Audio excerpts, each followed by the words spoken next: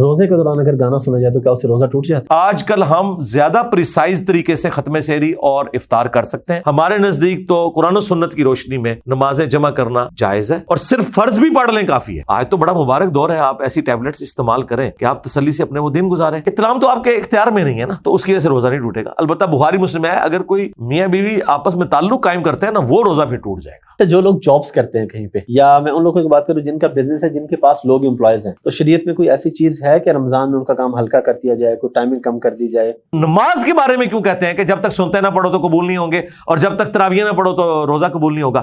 یہ صرف جذباتی جملے ہیں, اس کے اوپر قتل ہو چکا ہے. ہمارا ایک اسٹوڈنٹ, چلے آج میں پہلی دفعہ کیمرے میں اس کو بتا رہا ہوں, ہمارا اسٹوڈنٹ تھا, رمضان ہو یا غیر رمضان, نبی الاسلام کی رات کی نماز 11 رکعت ہوتی تھی. وہی بات ہے, جڑے تھے پیڑے اور لور بھی پیڑے, اور کعبے بھی پیڑے. ہر ہفتے آپ کو ممبر پہ شیطان نظر آتا ہے, جھوٹی حدیثیں سنانے والا, یعنی علماء کرام. پہلے کون سا کام یہ لوگ کر رہے ہیں اتنا اچھا, سرکاری دفاتر میں بیٹھ کے. ہمیں نہیں پتا, ہم نے سرکاری نوکری کی ہے, ہمیں پتا ہے. اچھا, رمضان میں خواتین کے حوالے سے یہ ایک امپورٹنٹ مسئلہ ہے کہ کیا پیریڈز روک کے اس نیت سے کہ چلو میرے روزے پورے ہو جائے, ایسے ٹیبلٹس ہوتی ہیں جیسے لوگ عمرے پہ جاتے ہیں تو وہ یوز کرتے ہیں, تو اس طرح روک کے رمضان کے روزے پورے کرنا ٹھیک؟ مزدور طبقہ تو کوئی روزہ نہیں رکھتا, یہ پاسبل ہی نہیں ہے. قرآن میں تو واضح ہے کہ مریض روزہ چھوڑ سکتا ہے. دوائی والا سلسلہ ہے. اگر ہم انہیلر کے بارے میں کوئی تھوڑی سی گنجائش نکالیں گے تو سگریٹ والے بھی اپنی گنجائشیں نکالنا شروع کر دیں گے کہ اگر کوئی شخص شرک سے بھی توبہ کر لے, اللہ تعالیٰ اس کے گناہوں کو نیکیوں سے بدل دے گا. اور یہ علماء جو پرانی پڑھنے کا کہتے ہیں نا, انہیں آپ پوچھیں کہ اگر ایک غیر مسلم 70 سال کی عمر میں مسلمان ہوا ہے تو بالغ ہونے سے لے کے 70 سال تک کی نمازیں قضا کرے گا؟ کہیں گے نہیں.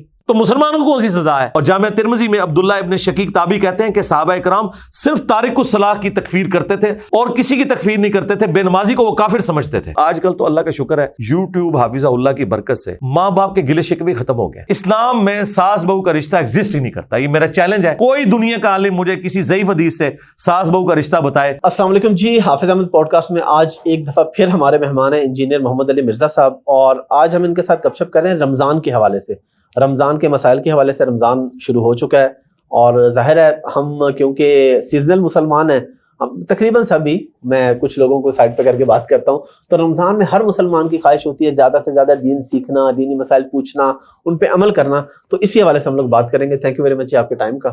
جزاکم اللہ خیرا. لا حول ولا قوت الا باللہ. اللہم صلی علی محمد وعلی آل محمد. جی حافظ صاحب شروع کریں اللہ کا نام لے کے. سب سے پہلا سوال یہ ہے سحری اور افطاری کے حوالے سے کہ اس کا اذان کے ساتھ کیا تعلق ہے, سحری اور افطاری کا؟ ہمارے لوگ کہتے ہیں جی اذان ہو رہی ہے, اذان کے آخر تک ہم سحری کر سکتے ہیں. اب پرانے زمانے میں تو مائک وغیرہ ہوتے نہیں تھے, تو سحری اور افطاری کا اذان کے ساتھ شرعی اعتبار سے کیا تعلق ہے؟ پریکٹیکلی تو اس وقت اذان کا کوئی تعلق نہیں ہے جی سحری اور افطاری کے ساتھ. اس کی وجہ یہ ہے کہ اگلے زمانوں میں جو اناؤنسمنٹ تھی نا ختم سحری کی, وہ ہوتی تھی اذان کے ساتھ. وہ بخاری مسلم میں حدیث ہے, نبی علیہ السلام نے فرمایا کہ جب حضرت بلال اذان دیں تو تم کھانا پینا موقوف نہ کرو. وہ لوگوں کو اٹھانے کے لیے اذان دیا کرتے تھے. البتہ عبداللہ ابن ام مکتوم جب اذان دیں تو تم سحری ختم کر دو, کیونکہ وہ نابینا ہے, وہ اس وقت تک اذان نہیں دیتے جب تک کہ انہیں کوئی دوسرا بندہ ختم سحری کی خبر نہ دے دے. تو یہ حدیث بخاری و مسلم کی گواہ ہے اس کے اوپر کہ ختم سحری کی اناؤنسمنٹ اس وقت اذان کے ذریعے ہوتی تھی. آج کل جو ختم سحری کی اناؤنسمنٹ ہے وہ اذان کے ذریعے ہو بھی سکتی ہے, نہیں بھی ہو سکتی, کیونکہ عموماً ہماری اذان نماز کے اعتبار سے ہو رہی ہوتی ہے. اسی وجہ سے آپ دیکھتے ہیں کہ ٹائمنگ اس کی ڈیفرنٹ ہوتی ہے, 10-15 منٹ تک اذانیں ہوتی رہتی ہیں. اگر ہم یہ رول مان لیں کہ جب تک اذان ہو رہی ہے آپ کھانا پینا جاری رکھیں, پھر تو آپ پہلی اذان پہ اٹھیں, آخری اذان تو 25 منٹ تک ہوتی رہتی ہے, یہ بالکل غلط ہے. وہ ایک آؤٹ آف کانٹیکسٹ چیز ہے. وہ تھوڑے سے ٹرانزیشن پیریڈ کے لیے ابو داؤد میں حدیث ہے کہ نبی علیہ السلام نے فرمایا کہ اگر کوئی شخص سحری کر رہا ہے اور اس دوران اذان شروع ہوگی, مینز ختم سحری ہوگی, تو جو اس کے سامنے جلدی جلدی اس میں سے لے لے. یعنی اگر آج کل ختم سحری سپوز ہو رہی ہے 5 بجے صبح اور آپ 4:55 میں لے کے بیٹھے, تو اگر ایگزیکٹلی اس زمانے میں ہم جائیں تو 5 بجے اذان شروع ہوگی, تو 5:05 تک تھوڑی دیر میں آپ جتنا کھا لیں. لیکن یہ نہیں ہے کہ اب 5 بجے اذانیں شروع ہوئی ہیں 5:30 تک چلتی رہیں گی, وہ بالکل چیز ہی اور تھی. تو ٹائم ٹیبل کے ساتھ اس کا تعلق ہے. آج کل ہم زیادہ پریسائز طریقے سے ختم سحری اور افطار کر سکتے ہیں, اور نماز کا تعلق بھی اذان کے ساتھ نہیں ہے, اذان کے ساتھ جماعت کا تعلق ہے. اکثر بہنیں پوچھتی ہیں کہ جی زور کا وقت تو 12:20 پہ عموماً داخل ہو جاتا ہے, سردیوں میں تو 11:55 پہ بھی داخل ہو جاتا ہے, تو بس وقت داخل ہوا آپ نماز پڑھ سکتی ہیں. اس کے لیے کوئی ضروری نہیں ہے کہ اذان ہو. اذان کا تعلق جماعت قائم کرنے کے ساتھ ہے, اور وہ مسجد میں ہوتی ہے. گھر میں جیسے ہی ٹائم داخل ہوا, آپ کا سافٹ ویئر آپ کو بتا رہا ہے, تو آپ نماز پڑھ لیں, نماز کا وقت داخل ہوا آپ نماز پڑھ سکتے ہیں. اچھا, نماز سے ہی سوال ہے, کیونکہ آپ کو پتہ ہے سیزنل مسلمان ہے تو رمضان میں تو زیادہ ہی نمازیں پڑھی جاتی ہیں.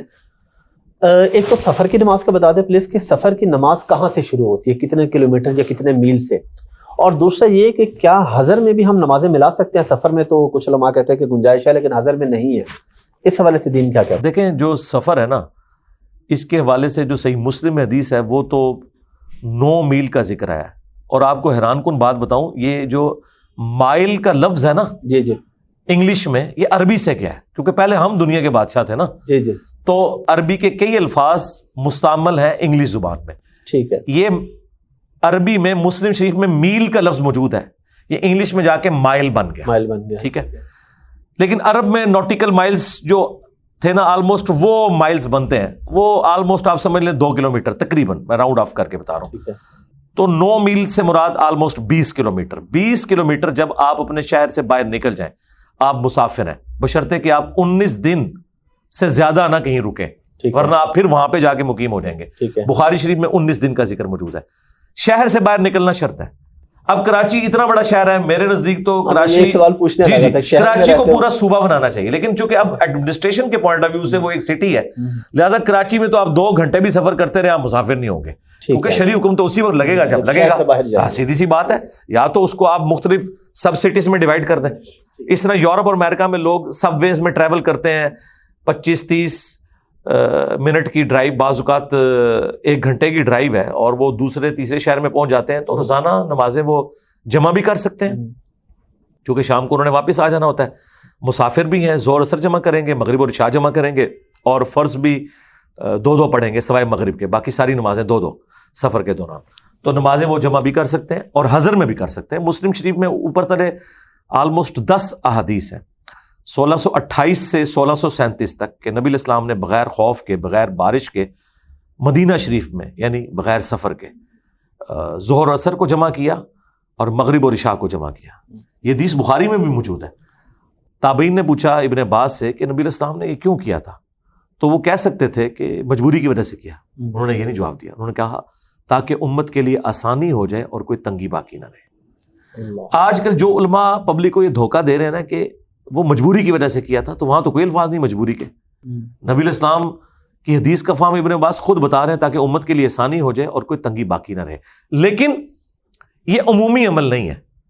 عمومی عمل 5 نمازیں الگ اوقات میں پڑھنا ہے, یہی اہل تشیع کے ہاں بھی ہے. نہج البلاغہ میں سیدنا علی کا باقاعدہ مکتوب ہے, مکتوب نمبر 52 54 یا 52 ان دونوں میں سے ایک ہے, جس میں انہوں نے اپنے گورنروں کو خط لکھا ہے کہ 5 نمازیں اس طرح اسٹیبلش کرنی ہے اور 5 نمازوں کے الگ اوقات لکھے. پاکستان کے دینی مسالک ایک شیعہ عالم نے لکھا ہے, تمام بڑے بڑے علماء کے انٹرویوز کر کے, اس میں انہوں نے شیعہ علماء کا انٹرویو کیا. انہوں نے کہا ہمارے نزدیک بھی 5 نمازیں الگ وقت میں ہی ہونی چاہیے, جمع کرنی صرف جائز ہے. لیکن اب پریکٹیکلی یہ ہے کہ جائز کو انہوں نے روٹین بنا لیا اور دوسروں نے وہ جو جائز تھی نا اسے بھی نعوذ باللہ حرام سمجھ لیا فرقہ واریت کی آڑ میں. ہمارے نزدیک تو قرآن و سنت کی روشنی میں نمازیں جمع کرنا جائز ہے, اور صرف فرض بھی پڑھ لیں کافی ہے. حضر میں بھی, اور سفر میں تو خالی ہے ہی فرض ہے. حضر میں بھی جس طرح عورتیں ہیں, گھر کے اتنے کام ہوتے ہیں, انہوں نے معاملات کو دیکھنا ہوتا ہے, تو وہ نمازیں جمع بھی کریں اور صرف فرض پڑھ لیں. اور اس میں اگر وہ ان کے بقول گناہ سے بھی بچنا چاہتی ہیں تو جمع سوری کر لیں. مثلا عصر کا وقت شروع ہو رہا ہے 3:15 پہ, تو 3:10 پہ ظہر پڑھ لیں اور 3:15 پہ یا 3:20 پہ جا کے عصر پڑھ لیں. تو یہ وہ جمع کر رہا ہے جو سب کے نزدیک حلال ہے. جی جی بالکل, اپنے اسے کہتے ہیں جمع سوری. بالکل ہمارے نزدیک تو جمع تقدیم یعنی زور کے ساتھ اثر پڑھنا, اور جمع تاخیر عصر کے وقت میں زور اثر پڑھنا, اور جمع سوری, یہ تینوں ہی سنت ہے. جامع ترمذی میں واضح موجود ہے. اور مغرب عشاء بھی ایسے, عشاء کا وقت شروع ہونے سے پہلے بھی آپ مغرب پڑھ سکتے ہیں جی, اور مغرب کو ڈیلے کر سکتے ہیں, اور فجر کا وقت داخل ہونے سے پہلے کسی بھی وقت جمع کر سکتے ہیں. مغرب اور عشاء دونوں کو جمع کر سکتے ہیں. اچھا, رمضان میں خواتین کے حوالے سے یہ ایک امپورٹنٹ مسئلہ ہے کہ کیا پیریڈز روک کے اس نیت سے کہ چلو میرے روزے پورے ہو جائے, ایسے ٹیبلٹس ہوتی ہیں جیسے لوگ عمرے پہ جاتے ہیں تو وہ یوز کرتے ہیں, تو اس طرح روک کے رمضان کے روزے پورے کرنا ٹھیک جی پریفریبل ایسے ہی کرنا چاہیے. اچھا, کیونکہ آپ بہت بڑے فتنے سے بچ جائیں گے. اس زمانے میں تو یہ ٹیکنالوجی نہیں تھی نا, ادروائز اس سے تو بیسٹ طریقہ ہی نہیں ہے. آپ دیکھیں کتنی تکلیف ہوتی ہے جب عمرے پہ آپ پورے گروپ سے الگ ہو جاتے ہیں اور آپ کا ایک رکن یعنی اس اعتبار سے تکلیف میں پڑ جاتے ہیں. بخاری مسلم ہے, سیدہ عائشہ کو پیریڈز آ گئے تھے, ٹھیک ہے. تو اب اس کی وجہ سے قافلے کو روکنا پڑ گیا. آج تو بڑا مبارک دور ہے, آپ ایسی ٹیبلٹس استعمال کریں کہ آپ تسلی سے اپنے وہ دن گزاریں. رمضان شریف کے بعد روزے رکھنا تو بڑا ایک تکلیف دہ ہمارا الگ سے, تو اگر کوئی کر سکتا ہے تو وہ بالکل کرے اس کو, اس میں کوئی شرعی ممانعت نہیں ہے. شرعی ممانعت ان ادویات کے اندر ہے جس میں آپ کی جان کو خطرہ ہو, تو اس میں تو جان کے کوئی خطرہ والا معاملہ نہیں ہے. چاہے فیملی پلاننگ کے لیے کوئی یوز کرتا ہے, چاہے وہ پیریڈز روکنے کے لیے کرتا ہے, تاکہ وہ اپنا اس رمضان کے اس وقت کو یوٹیلائز کر لے, بہت اچھی بات ہے, کرنی چاہیے.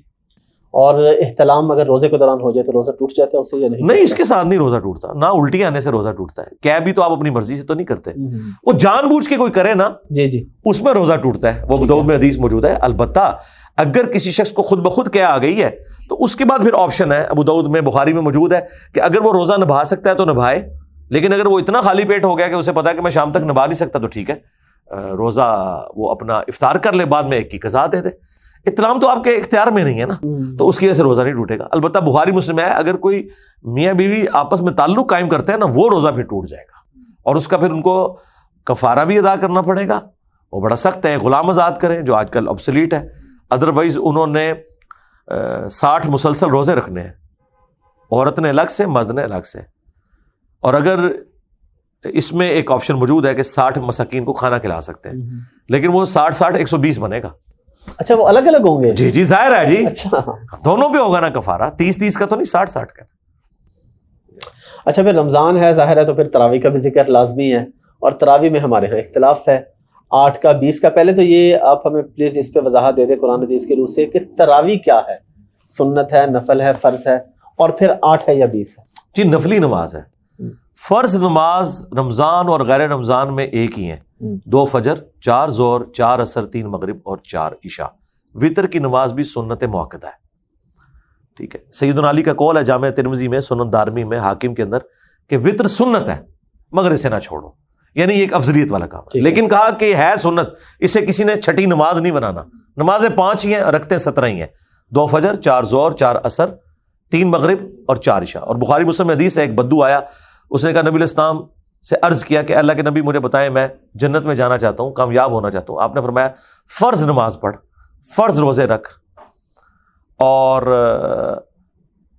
سب سے پہلے آپ نے توحید اور رسالت کا ذکر کیا. جب وہ واپس جانے لگا نا, تو اس نے ایک جملہ بولا, یا رسول اللہ, نہ میں اس میں ایڈ کروں گا نہ اس سے کوئی نکالوں گا. تو آپ نے فرمایا اگر کسی نے جنتی شخص کو دیکھنا ہے اسے دیکھ لے, اور اگر یہ بات پہ قائم رہا, ایک روایت میں ہے بخاری مسلم کی, یہ کامیاب ہو گیا. اس میں واضح آپ نے فرمایا فرض روزے. آج تک کسی عالم نے کہا ہے کہ جو رمضان کے علاوہ شوال کے 6 روزے یا سوموار اور جمعرات کا روزہ نہ رکھے, اس کے رمضان کے بھی قبول نہیں ہوں گے. نہیں.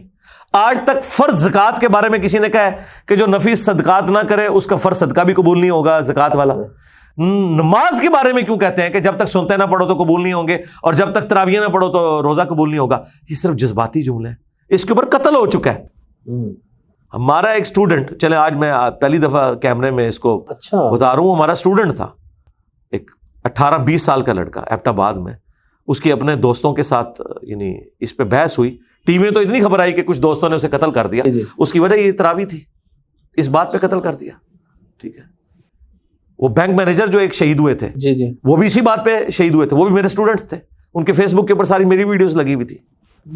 تو یہ لوگ, ان کی طرح ٹالرنس بالکل نہیں ہے, انہیں کہ کوئی علمی بات کریں. ایک چیز سنت ہے, اس کو آپ نے فرض کہاں سے بنا دیا. تو تراویح سنت نفلی نماز ہے, پڑھ لیں ثواب, نہ پڑھیں کوئی گناہ نہیں ہے. بخاری مسلم میں حدیث ہے, نبی علیہ السلام نے فرمایا جس نے ایمان اور احتساب کے ساتھ رمضان کے روزے رکھے, یعنی اللہ تعالیٰ کو خوش کرنے کے لیے, تو اللہ تعالیٰ اس کے پچھلے سارے گناہ معاف کر دے گا. جس نے ایمان اور احتساب کے ساتھ رمضان کی راتوں کا قیام کیا, اللہ تعالیٰ اس کے سارے گناہ معاف کر دے گا. جس نے ایمان اور احتساب کے ساتھ شب قدر کا قیام کیا, اللہ تعالیٰ اس کے سارے گناہ معاف کر دے گا. تو یہ فضیلت کے تو, لیکن اس میں روزے جو ہیں وہ تو فرض ہیں, باقی نفلی عبادت ہے, اور اس میں بھی نفلی عبادت افضل یہی ہے کہ آپ گھر میں ادا کریں. سیدنا عمر کے بارے میں بخاری میں آتا ہے, وہ آدھی حدیث پیش کرتے ہیں. حضرت عمر نے جب تراویح کی جماعت کو اسٹیبلش کیا, نبی علیہ السلام نے تو 3 دن پڑھی تھی, تو یعنی سنت تو وہ ہے, کوئی بدعت نہیں انہوں نے جاری کی. ٹھیک ہے. بعد میں انہوں نے اسے پرماننٹلی اس اعتبار سے کر دیا کیونکہ ٹولیوں کی شکل میں تو حضرت ابوبکر کے دور میں بھی صحابہ پڑھتے تھے, حضرت عمر نے بھی کچھ عرصہ تو دیکھا، پھر انہوں نے ایک امام مقرر کیا ابی ابن کعب کو اور تمیم داری کو کہ ان کو امامت کروائیں، اور پھر حضرت عمر وہاں سے چلے گئے خود، یہ جملہ بولتے ہوئے، بخاری کے الفاظ ہیں کہ اس سے بہتر مرد کی وہ نماز ہے جو رات کے آخری پہر میں وہ گھر میں پڑھتا ہے۔ اور بخاری مسلم میں حدیث ہے، نبی علیہ السلام نے فرمایا کہ اپنی نفلی نمازوں کا کچھ حصہ ضرور گھر میں ادا کرو، اس سے برکت ہوگی۔ اور بخاری مسلم کے الفاظ ہیں کہ مرد کی سب سے افضل نماز وہ ہے فرض کے بعد جو گھر میں ادا کرتا ہے، وہ افضل ہے۔ جی جی بخاری مسلم میں موجود ہے، نبی علیہ السلام فرض مسجد میں پڑھتے تھے، اما عائشہ کہتی ہیں جو وہ نفلی نمازیں تھیں نا وہ اپنے حجرے میں گھر آ کے ادا کرتے تھے۔ وہ الفاظ ہیں کہ آپ 4 سنتیں 4 نفل ادا کرتے، پھر زور کی جماعت کرواتے، پھر میرے حجرے میں آ کے 2 رکعتیں پڑھتے، پھر نبی علیہ السلام مغرب کی نماز پڑھاتے، پھر 2 رکعتیں پڑھتے، پھر عشاء کی پڑھاتے، پھر 2 رکعتیں پڑھتے، اور فجر سے پہلے بھی 2 رکعتیں پڑھتے، اور جو آپ کی وہ وتر کی یا نفلی نماز وہ پورا سال ہی چلتی تھی نا، جسے آپ قیام اللیل کہہ لیں، تراویح کہہ لیں۔ تو 8 یا 20 کا کیا اختلاف ہے یا کیا مسئلہ؟ میرے بھائی اس میں جو اصل مقصد ہے وہ قرآن سننا ہے۔ نبی علیہ السلام کی جو سنت ہے وہ 8 رکعت ہے، البتہ تابعین سے 20 بھی 41 تک بھی ثابت ہے۔ بعض اوقات لوگ زیادہ دیر قیام نہیں کر سکتے، 8 میں ظاہر قیام لمبا ہوگا، 8 بھی آپ اہل حدیث کی مسجد میں جائیں تو وہ 8 تراویح ان کی 1.5 سے 2 گھنٹے میں ختم ہوتی ہیں، دیوبند بریلویوں کی آدھے گھنٹے میں 20 ختم ہو جاتی ہیں، ٹھیک ہے، یعلمون تعلمون۔ تو یہ اس لیے تو قرآن نازل نہیں ہوا، ورتل القرآن ترتیلا۔ اصل مقصد یہ ہے کہ آپ نے قرآن سننا ہے۔ تو ہم یہ کہتے ہیں کہ جہاں پہ 20 ہو رہی ہیں نا، آپ 20 وہاں پوری کر کے نکلے تاکہ آپ قرآن وہ سارا سنیں، جو مقصد ہے۔ ٹھیک ہے، جہاں پہ 8 ہو رہی ہیں وہاں پہ 8 پڑھیں، لیکن نبی علیہ السلام کا جو عمل ہے بخاری مسلم میں ہے، اما عائشہ کہتی ہیں رمضان ہو یا غیر رمضان، نبی علیہ السلام کی رات کی نماز 11 رکعت ہوتی تھی، ٹھیک ہے، 8 اس میں یہ نوافل اور 3 وتر۔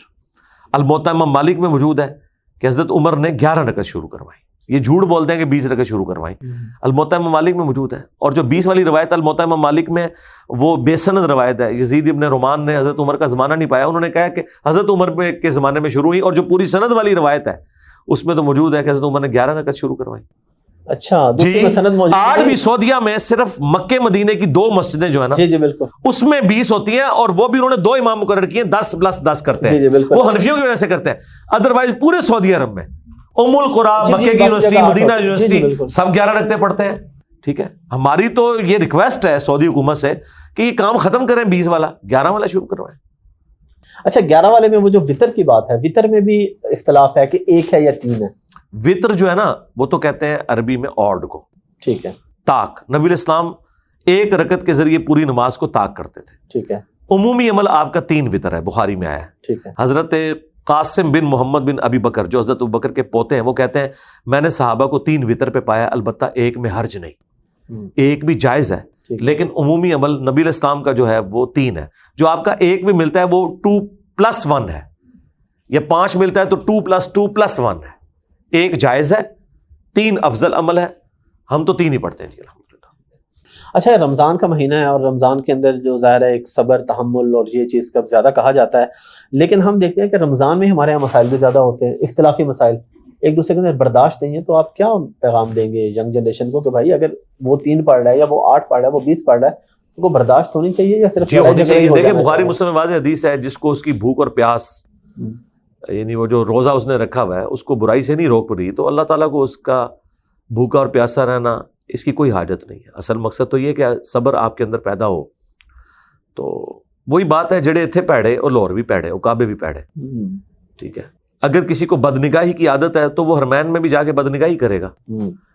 تو یہ رمضان کے علاوہ بھی اپنے آپ کو ذرا سیدھا کر لیں۔ رمضان میں کوئی سوئچ تو نہیں آن ہو جانا کہ آپ جو ہے وہ فوراً نیکی کے راستے کے اوپر آ جائیں گے۔ ٹھیک ہے، ایک ماحول پرووائڈ اللہ نے کر دیا کہ سرکش شیاطین قید کر دیے گئے، سارے شیطان نہیں قید ہوئے، جو آپ کے اندر والا شیطان ہے وہ تو آپ کے ساتھ ہی ہے نا۔ اور جو ہر ہفتے آپ کو ممبر پہ شیطان نظر آتا ہے جھوٹی حدیثیں سنانے والا، یعنی علماء کرام اکثر، ایکسیپشن آر آلویز دیر، تو وہ تو وہیں پہ موجود ہے، وہ تو کوئی نہیں قید ہوا ہوا۔ تو وہ رمضان کے علاوہ بھی یہ تو آپ کنٹینیوس پریکٹس کریں گے تو آپ کے اندر صبر پیدا ہوگا نا، ایک دن میں تو صبر نہیں پیدا ہونا۔ تو رمضان یہ انسان کے اندر صبر پیدا کرتا ہے، اور پریکٹیکلی میرا خیال ہے کہ اگر کسی نے باقی روزہ رکھا ہوا ہے نا تو اس کی جو حالت عصر سے مغرب کے درمیان ہوتی ہے نا، کسی سے بات کرنے کو بھی دل نہیں کرتا، بس یہی حالت ہونی چاہیے رمضان کے میں کہ آپ کسی کے ساتھ۔ اور بخاری مسلم حدیث ہے کہ نبی علیہ السلام فرمایا کہ رمضان میں کوئی جھگڑا کرنے لگے نا تو مجھ سے کہہ دیا کرو یار میں روزے سے ہوں. تو اس طرح یعنی, اور یہ واقعی بڑا آسان کہ بھائی روزہ ہے یار میرا منہ نہ کھلواؤ, ٹھیک ہے, اپنے اوپر قابو کریں. اچھا, جو لوگ جابس کرتے ہیں کہیں پہ, یا میں ان لوگوں کی بات کروں جن کا بزنس ہے, جن کے پاس لوگ امپلائز ہیں, تو شریعت میں کوئی ایسی چیز ہے کہ رمضان میں ان کا کام ہلکا کر دیا جائے, کوئی ٹائمنگ کم کر دی جائے, یا کچھ ایسا کوئی حکم ہے یا کوئی فضیلت ہے یا؟ نہیں, یہ جذباتی باتیں ہیں جی. اچھا, جذباتی باتیں. پہلے کون سا کام یہ لوگ کر رہے ہیں اتنا اچھا, سرکاری دفاتر میں بیٹھ کے, ہمیں نہیں پتا, ہم نے سرکاری نوکری کی ہے, ہمیں پتا ہے. تو باقی یہ ہے کہ جن کی جاب بڑی ٹف ہے, جس طرح مزدور لوگ ہیں, جی جی, وہ تو میرے بھائی ہلکے کام کے ساتھ بھی روزہ نہیں رکھ سکتے. یہ جذباتی لطیفے مشہور کیے ہیں کہ ایک بابے نے روزہ رکھا ہوا, یہ ہوا, یہ کوئی لاکھوں میں ایک بابا ہوتا ہے, کدھر روزہ رکھا جاتا ہے میرے بھائی اتنی مزدوری کرنے کے دوران. تو اس میں گورنمنٹ کا یہ کام ہے یا امیر لوگوں کا کہ ان لوگوں کو مہینے کا خرچہ دے دیں تاکہ وہ اپنے روزے آسانی سے ادا کر سکیں, ورنہ مزدوری کے ساتھ, مزدور طبقہ تو کوئی روزہ نہیں رکھتا, یہ پاسبل ہی نہیں ہے. باقی رہ کے جو ملازم پیشہ لوگ جو آفیسز کے اندر جاب کر رہے ہیں, میرا خیال ہے ہمارا تو ہفتے اتوار کا روزہ مشکل ہوتا تھا میری چھٹی میں, آفس میں تو روزے کا پتہ ہی نہیں چلتا تھا, اے سی چل رہا ہے تو میں تو نارملی بیٹھا ہوں. گھر میں تو بندہ اے سی افورڈ نہیں کر سکتا, تو وہ صبح سے شام تک روزہ اپنا آپ بتاتا تھا. آفیسز میں تو روزہ گزارنا بڑا آسان ہے, ادھر کون سا انہوں نے کوئی بہت وزن اٹھایا ہوتا ہے, بس کتابی کام کر رہے ہوتے ہیں, یا ایون ورک شاپس میں بھی جو لوگ کام کر رہے ہوتے ہیں تو ماحول اویلیبل ہوتا ہے. تو وہ یہ کوئی نہیں ہے, یہ جذباتی جملے ہیں کہ جی آپ اگر کوئی خود اپنی مرضی سے کرنا چاہتا ہے تو کرے, شریعت میں یہ نہیں ہے. تو ٹھیک ہے, اگر وہ مالک سے یہ چاہ رہا ہے نا تو ٹھیک ہے, مزدور بھی مزدوری کام لے, جلدی چھٹی کر جائے. اللہ کے لیے اس نے نہیں قربانی کرنی, یہ ساری قربانیاں امیر لوگوں نے ہی کرنی ہے, غریبوں نے کوئی قربانی نہیں کرنی. جو سیلف پیٹی کا شکار رہتے ہیں. اچھا, روزے کے دوران انجیکشن کے حوالے سے جو مسائل ہیں, اس حوالے سے قرآن حدیث کیا کہتا ہے؟ انجیکشن لگوانے سے, اچھا اس میں بات ہے, مجھے ایک ضمن ایک بات یاد آئی. جی جی, ہم نے سوئی گیس کا کنیکشن لگوانا تھا نا, تو اب وہ رمضان کے دن تھے, وہ کھدائی کا کام تھا, تو ہم نے ایک پٹھانوں کے گروپ سے رابطہ کیا, تو انہوں نے کہا کہ ہم رات کے وقت کام کرتے ہیں, دن کو ہم روزہ رکھتے ہیں. تو انہوں نے رات کو آ کے کھدائی کی. تو یہ بھی ایک آپشن ہے, اگر مزدوری والا کوئی معاملہ ہے تو رات کو کر لیں, رات کو بھی کر سکتے ہیں, رات کو لوگ کرتے ہیں. بالکل. تو اس نے روزہ نہیں چھوڑا, اس نے کہا میں رات کو کروں گا, اور بڑے اچھے طریقے سے کام کیا اس نے. تو یہ بھی آپشن ہو سکتا ہے.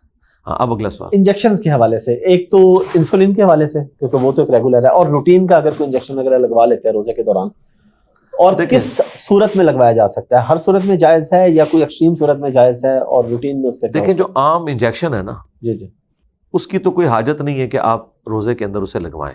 آپ ڈیلے کر سکتے ہیں تو آپ ڈیلے کریں اسے, ٹھیک ہے, کوئی ضرورت نہیں ہے ایسی, ٹھیک ہے, کہ آپ روزہ یا پھر چھوڑ دیں, توڑ لیں. اس میں کون سا ایسا مسئلہ ہے؟ قرآن میں تو واضح ہے کہ مریض روزہ چھوڑ سکتا ہے, سورۃ البقرہ کے اندر. اور اس کی ایکسٹینشن ابو داؤد, ترمذی, ابن ماجہ میں ہے کہ نبی علیہ السلام نے دودھ پلانے والی عورت اور پریگننٹ عورت کو بھی روزے مؤخر کرنے کی اجازت دی ہے. اور یہ مؤخر بھی اس صورت میں ہے کہ جب وہ بعد میں رکھ سکے. اگر مسلسل اس کے ساتھ یہ معاملہ رہتا ہے کہ پہلے پریگننٹ ہوئی, پھر بچے کو 2 سال دودھ پلایا, پھر پریگننٹ ہوگی, اور یوں 8-10 سال گزر گئے, تو پھر ٹھیک ہے, روزے بھی رکھنے کی ضرورت نہیں ہے, فدیہ دے دے, ایک روزے کے بدلے ایک وقت کا کھانا کسی فقیر کو کھلا دے. ظاہر ہے لا یکلف اللہ نفسا الا وسعها. اب یہاں انجیکشن میں آ جائے. انجیکشن بخاری میں واضح قول موجود ہے, اس کی سند مصنف ابن ابی شیبہ میں. ابن عباس کہتے ہیں جسم میں کوئی چیز داخل کرنے سے روزہ ٹوٹتا ہے, نکالنے سے نہیں ٹوٹتا. انجیکشن میں آپ چیز جسم میں داخل کر رہے ہیں, ٹھیک ہے, تو اس میں روزہ ٹوٹے گا, خواہ آپ گوشت میں ڈال رہے ہیں, چاہے آپ نروز کے اندر ڈال رہے ہیں, اس کے اندر وینز کے اندر ڈال رہے ہیں. اس میں بہتر یہ ہے کہ آپ, اگر آپ کہتے ہیں میرا نہیں ٹوٹتا, یا اس میں علماء کا اختلاف ہے, تو آپ ٹھیک ہے اس روزے کو کنٹینیو کریں, لیکن احتیاطاً ایک روزے کا آپ فدیہ یا ایک روزے کی قضا ضرور دے دیں. نہیں, لیکن جس کا ریگولر مسئلہ ہے, شوگر پیشنٹ ہے, ریگولر جو شوگر پیشنٹ ہے اس میں تو روزہ ہے ہی نہیں, وہ مریض ہے, وہ مرتے دم تک مریض ہے. شوگر پیشنٹس کے اوپر کوئی روزہ نہیں. مریض کی ڈیفینیشن کیا ہے, مطلب وہ کہاں لا علاج آپ کو مریض؟ ہاں جی, وہ مریض وہ ہے جس کی اب ٹھیک ہونے کی گنجائش نہیں ہے. جس طرح شوگر ہے, یہ ڈس آرڈر ہے نا, جی جی, پینکریاز آپ کا کام کرنا چھوڑ گیا, یا پوری زندگی آپ کے ساتھ ایک مسئلہ لگا ہوا ہے, ٹھیک ہے, تو اب آپ کے اوپر روزہ کوئی نہیں ہے, آپ نے تھوڑی دیر بعد کچھ نہ کچھ کھانا ہے. آپ تو صرف انسولین کو لے کے بیٹھے ہیں نا, خالی میدا بھی نہیں بعض لوگ رکھ سکتے, تو وہ صرف روزوں کا فدیہ دیں, ان کے اوپر روزہ کوئی نہیں ہے, پرماننٹ مریض ہیں, اللہ نے اجازت دی ہوئی ہے ان کو. اور یہ جو حال میں اجازت ہے, وہ ینگ بندہ ہے, اس کو شوگر ہو گیا, وہ کنٹرول بھی کر سکتا ہے. ینگ بندے مر بھی جاتے ہیں میرے بھائی, اس میں کون سا ایسا مسئلہ ہو گیا؟ یہ تو نہیں کہ بوڑھا میں بالکل اگر ہو گئی ہے, رپورٹ آ گئی کہ آپ کو شوگر ہے, تو آپ روزہ نہ رکھیں. وہ ڈاکٹر آپ کو بتائے گا. میں تو میرے سسر ہے 70+ ہے, شوگر ہے ان کو, ٹھیک ہے, وہ ابھی بھی روزہ رکھتے ہیں, ان کو میرے تو کوئی والد صاحب کو بھی ہے ہاں, شوگر ماشاءاللہ. تو ایویں کوئی تماشا کسی نے بنا لیا ہے خام خواہ, تو لادہ بات ہے اگر کوئی واقعی اس ایکسٹریم کو ہے تو نہ رکھے نا روزہ یار, اس پہ روزہ نہیں ہے, فدیہ دے, صدقہ ایک وقت کا کھانا ایک اس کو کھلائے اور اپنے معاملات کو چلے. انسولین سے اس نے کیا کرنا ہے, انسولین تو آپ کے اس جو آپ نے شوگر جو آپ کے اندر ہے اس کو ان کے سیلز کو توڑنے کے لیے یوز ہوتی ہے نا. انسولین سے آپ کی کوئی بھوک تو نہیں مٹ جانی. جی بالکل. ہاں, تو انسولین آپ ٹھیک ہے, انسولین آپ نے لگانی ہے نا, تو آپ کھانا کھائیں ساتھ ٹیکا لگا لیں ختم سحری سے پہلے, اور وہاں پہ آپ اس کے بعد کر لیں. یہ مسئلہ نہیں ہوتا ٹیکے کا, شوگر والوں کو کھانے کا مسئلہ ہوتا ہے. جی بالکل. ہاں, شوگر کا مسئلہ انسولین نہیں ہے. انسولین ساری اور افطاری میں لی جا سکتی ہے اور لوگ لیتے ہیں. مسئلہ یہ کہ کبھی بھوک زیادہ لگ جاتی ہے, پیاس زیادہ لگ جاتی ہے. تو میں آپ کو اب کیسے کہہ دوں کہ بھی کھانے سے روزہ نہیں ٹوٹے گا, آپ پہ روزہ ہے ہی نہیں. اس سے اگلا ورژن, آپ پہ روزہ نہیں ہے, آپ چاہے ینگ ہیں, جب اللہ نے آپ سے ایک چیز اٹھا لی ہے. اس کو میں آپ مثال سے دیتا ہوں. سنن کبری البیہقی میں اور مصنف ابن ابی شیبہ میں موجود ہے کہ عبداللہ بن عمر آذربائیجان کے جنگ کے سلسلے میں حضرت عثمان کے دور میں رشیا ٹریول کر رہے تھے. ایک جگہ وہ رکے اور برف باری شروع ہو گئی. 6 مہینے تک برف باری ہوتی رہی اور وہ قصر نماز ادا کرتے رہے. ویسے تو 19 دن یا 15 دن ہے, 6 مہینے کیوں؟ وہ کہتے ہیں ہم تو آج کل کرتے ہوئے یہ ہو گیا. تو ان کو تو کسی نے کہا جی آپ کی 6 مہینے کی نمازیں پار ہو گئی. تو آپ دیکھیں حالات و واقعات کیسے ہیں, اس کے اندر اللہ تعالیٰ نے آپ کو دین میں آسانی دی, آپ اس کو یوٹیلائز کریں. البتہ ایک اور طرح کے مریض ہیں جن کو سانس کی بیماری ہوتی ہے, وہ انہیلر یوز کرتے ہیں. ٹھیک ہے, اب اس میں اب مسئلہ ہے کہ اس میں تو ظاہر ہے ایک دوائی والا سلسلہ ہے. اگر ہم انہیلر کے بارے میں کوئی تھوڑی سی گنجائش نکالیں گے تو سگریٹ والے بھی اپنی گنجائشیں نکالنا شروع کر دیں گے. وہ بھی کہیں گے ہم کھا تو کچھ نہیں رہے. تو ہم یہ کہتے ہیں کہ ٹھیک ہے, انہیلر کبھی کبھار یوز کرنا پڑے گا, کوئی بہت زیادہ کسی کی طبیعت خراب ہو جائے. ادروائز صرف ریلیکس ہونے کے لیے انہیلر یوز نہ کریں. اور اگر کوئی انہیلر یوز کرتا ہے, ہم ٹھیک ہے اس کے اوپر کوئی شرعی فتویٰ اس طرح کا نہیں لگاتا ہے, اگرچہ روزہ ٹوٹنے والی کیٹیگری میں بھی جا سکتا ہے, لیکن احتیاطاً وہ اپنے اس روزے کی ایک یا تو قضا کر سکتا ہے تو کرے, اگر نہیں کر سکتا تو ایٹ لیسٹ ایک روزے کا فدیہ ضرور دے. یہ اب وہ سارے مسئلے ہیں جو اجتہادی ہیں, جو اجتہاد کے اوپر چھوڑے گئے ہیں. ٹھیک ہے, باقی سرما لگانے سے یا کان میں پانی چلا جائے یا جو نیچرل تھوک ہوتی ہے وہ نگل لینے سے یا غوطہ آنے سے خود ہی اندر چلے جانے سے, ان چیزوں سے روزہ نہیں ٹوٹتا. اچھا, آپ نے یہ قضا کی بات کی ہے تو رمضان میں کچھ لوگوں نے مشہور کیا ہوتا ہے جی فلاں دن یا فلاں جمعہ قضائے عمری ہے, اس دن نمازیں ساری دنیا ساری زندگی. یہ وہ جعلی چیز ہے جو کوئی مکتبہ فکر آن نہیں کرتا. ایون دیوبند اور بریلوی علماء جن کی پبلک یہ قضائے عمری پڑھ رہی ہوتی ہے, انہوں نے اپنی کتابوں میں لکھا ہے کہ جعلی ہے. کوئی نہیں ایسی نماز, وہ جمعۃ الوداع والے دن ادا کرتے ہیں, کوئی نہیں. بہار شریعت میں احمد صاحب بریلوی صاحب کے خلیفہ نے باقاعدہ لکھا ہے کہ جعلی نماز لوگوں نے بنا لی ہے. اور اس کا سلوشن کیا ہے؟ اگر کوئی بندہ دیر سے نماز پڑھنا شروع کرتا ہے, اس کی زندگی کے پیچھے 10-15 ہاں جی, ہمارا اس میں موقف یہ ہے کہ سورۃ الفرقان کی آیت نمبر 70 ہے کہ اگر کوئی شخص شرک سے بھی توبہ کر لے, اللہ تعالیٰ اس کے گناہوں کو نیکیوں سے بدل دے گا.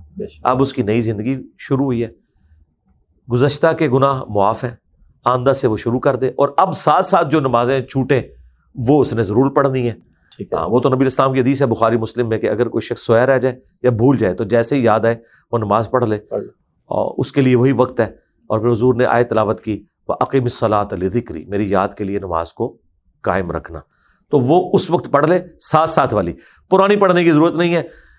اور یہ علماء جو پرانی پڑھنے کا کہتے ہیں نا, انہیں آپ پوچھیں کہ اگر ایک غیر مسلم 70 سال کی عمر میں مسلمان ہوا ہے تو بالغ ہونے سے لے کے 70 سال تک کی نمازیں قضا کرے گا؟ کہیں گے نہیں.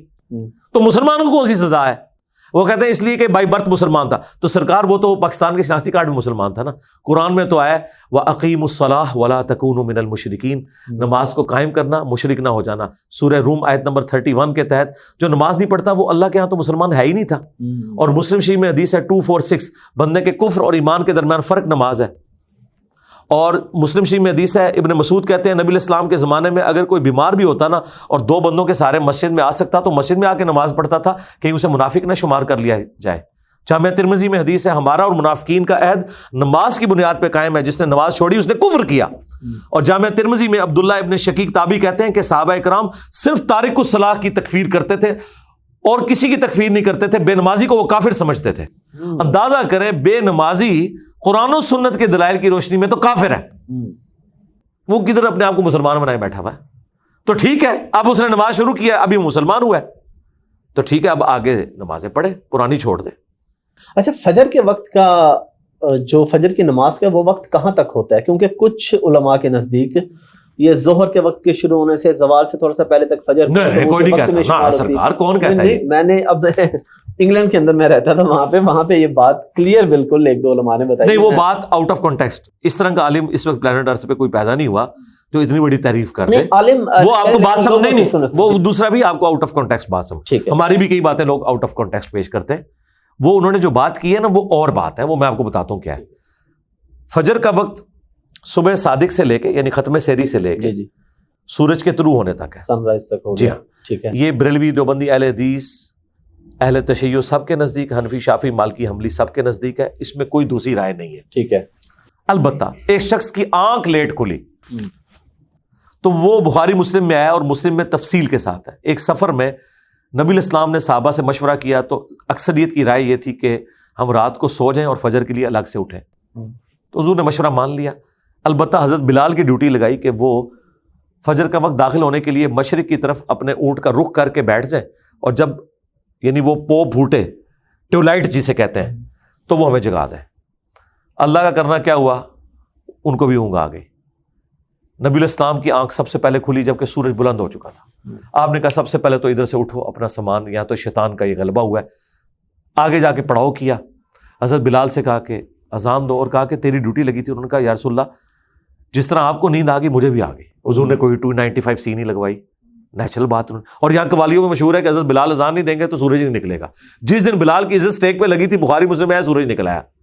اچھا، پھر نبی علیہ السلام نے سورج بلند آپ نے جماعت کے ساتھ نماز پڑھائی فجر کی، اور فرمایا کہ اگر کوئی شخص سویا رہ جائے یا بھول جائے تو جیسے یاد آئے اس کے لیے نماز کا وہی وقت ہے. اور پھر آپ نے آیت تلاوت کی، وَأَقِمِ الصَّلَاةَ لِذِكْرِي، میری یاد کے لیے نماز کو قائم رکھنا. اس حدیث کے تحت نیچرلی جو بندہ لیٹ اٹھے تو اس شخص کے لیے فجر کا وقت وہ ہے. یہ نہیں ہے کہ حضور صحابہ کہتے تھے کہ سوئے رہو، خیر ہے جس ٹائم مرضی اٹھ کے، نہ یہ کام نہیں ہے. ویسے بھی مسئلہ بتا دیں کہ جو سویا ہوا ہے یا جو وہ الگ، لیکن روٹین نہ بنائے. وہی شخص آفس کے لیے تو فجر کے وقت اٹھے، اگر اس کا فورن ٹور آ جائے تو فجر سے پہلے بھی وہ ایئرپورٹ پہنچاؤ، نماز کی باری یہ سویا رہ جائے.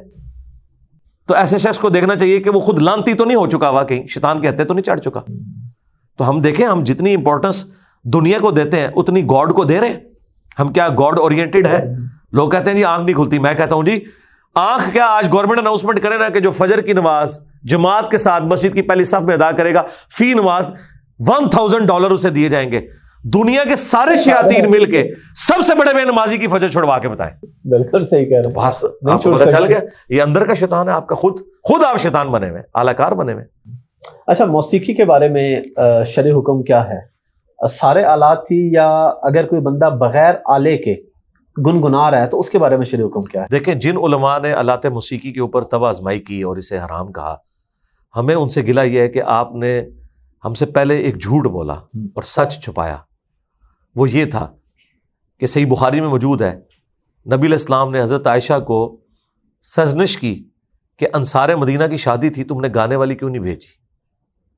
خوشی کے موقع پر، عید کے موقع کے اوپر، شادی کے موقع کے اوپر گانا یہ تو سنت ہے بلکہ حکم ہے. ابن ماجہ اور ترمذی میں حدیث ہے حلال اور حرام نکاح میں فرق گانے کا ہے. گانے کے ذریعے اناؤنسمنٹ ہوتی ہے، یہ ذریعہ ایک. اب علماء سے ہی پوچھیں، وہ کہیں گے نہیں گانا تو جائز ہے. انہیں کہ آپ نے ہمیشہ موسیقی کو جب کنڈیم کیا تو ساتھ آپ کا یہ کام تھا نا، آپ کہتے ہیں گانا جائز ہے موسیقی حرام ہے. آپ نے مطلقاً ایک اتنا بڑا حصہ دین ہے، جب اللہ کے نبی تعلیم فرمائیں گے ہماری ماں سیدہ عائشہ کو تو وہ دین ہے نا، کیوں چھپایا امت سے؟ زیادتی کی. اب آپ کا بتایا ہوا دین ہم کیسے ایکسپٹ کریں کہ آپ کہیں کہ جی نہیں اب گانا جائز ہے، انسٹرومنٹ جو ہے وہ غلط ہے. انسٹرومنٹ میں بھی آ جائے، بخاری مسلم میں دف کا ذکر موجود ہے. نہیں جی دف جائز ہے، تالی نہیں ہونی چاہیے. تالی موجود ہے بخاری مسلم میں کہ عورتیں جو ہیں امام کو غلطی پر تصفیق کے ذریعے مطلع کریں. نہیں تالی ٹھیک ہے، بانسری غلط ہو گئی، ڈھول غلط ہو گیا، اور رہ کے وہ ایک ابو داؤد سے روایت لے کے آتے ہیں کہ وہ بانسری یا ڈھول کی آواز تھی تو نبی اسلام نے کانوں میں انگلیاں دی.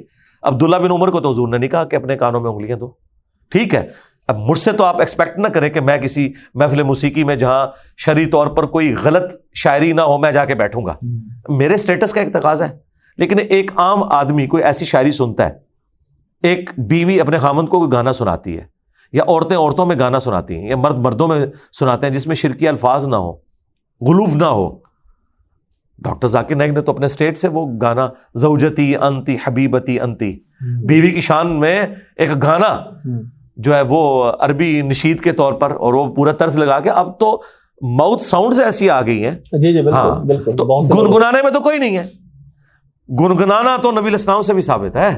بخاری مسلم میں حدیث ہے, صحابی کہتے ہیں اگر مجھے یہ خطرہ نہ ہو کہ مجھ پہ لوگوں کا ہجوم جمع ہو جائے گا تو میں تمہیں اس طرز میں قرآن پڑھ کے سناؤں کہ جب حضور پہ آیات نازل ہوئی تھی انا فتحنا لک فتحا مبینا, جس میں حضور کو بشارت دی گئی تھی کہ آپ کی اگلی پچھلی خطائیں, گناہ نہیں, خلاف اولا چیزیں اللہ نے معاف کر دی ہیں.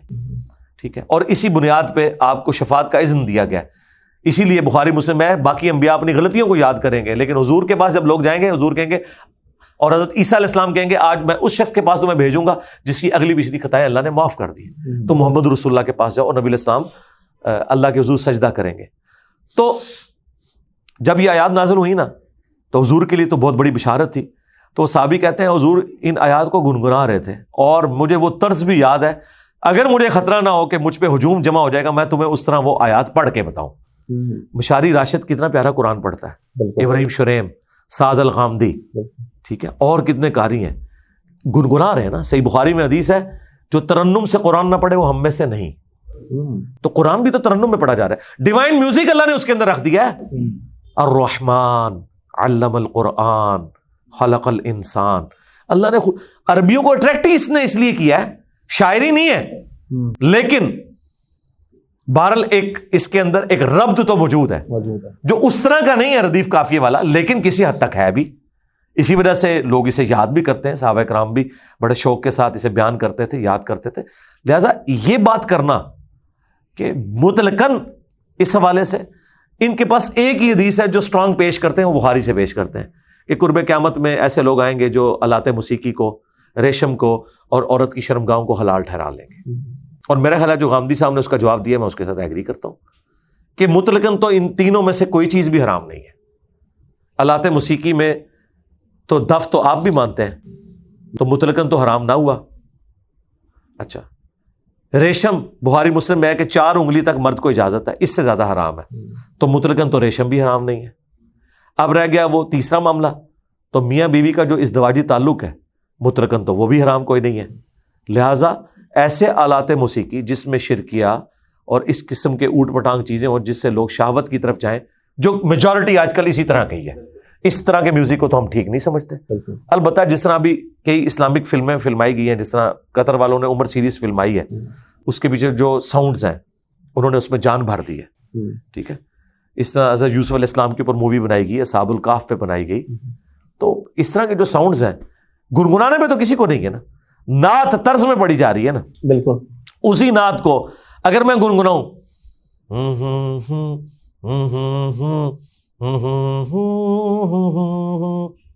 کیا کہیں گے اسے, میوزک بھی ہے, آلات موسیقی بھی نہیں ہے.